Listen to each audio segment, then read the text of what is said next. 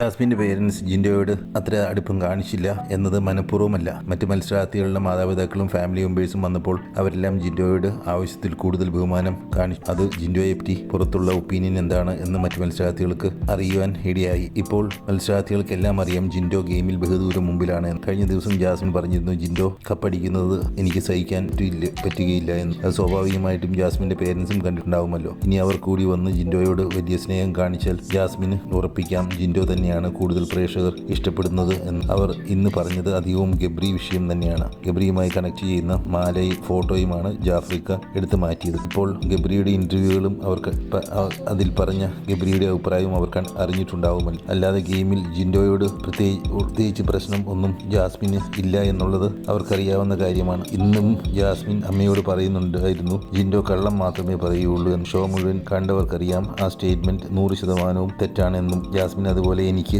ഒറ്റയ്ക്ക് ഗെയിം കളിക്കാൻ പറ്റില്ല എന്നും എനിക്ക് വിശ്വസിക്കാൻ കൊള്ളുന്ന ആരെങ്കിലും ആയി സംസാരിക്കാതെ ബിഗ് ബോസ് ഹൗസിൽ കഴിയാൻ പറ്റില്ല എന്നും ജാസ്മിൻ പറയും. അതിന് അമ്മ പറഞ്ഞ മറുപടി നീ ഒറ്റയ്ക്ക് ഗെയിം കളിച്ചാൽ മതി, ഇവിടെയുള്ളവർ ഓരോരുത്തരായി ഓരോ ആഴ്ച പുറത്തു പോകേണ്ടവരാണ് എന്നാണ്. ശരിക്കും ജാസ്മിൻ പറഞ്ഞതാണ് യാഥാർത്ഥ്യം. ജാസ്മിൻ്റെ പേരൻ ജാസ്മിൻ്റെ അടുത്ത് അഭിനയിക്കുക ആണ്, അതല്ലാതെ അവർക്ക് വഴിയില്ല.